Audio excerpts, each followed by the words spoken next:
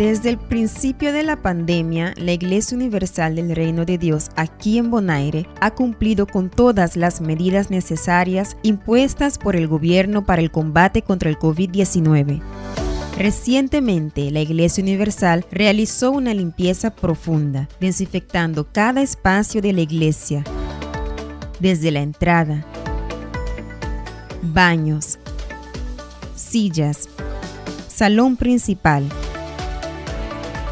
y todo alrededor del edificio, teniendo así un lugar 100% limpio y apto para recibir a todas las personas. De esta forma, usted podrá participar tranquilo de nuestras reuniones. La Iglesia Universal es un lugar seguro para un encuentro con Dios.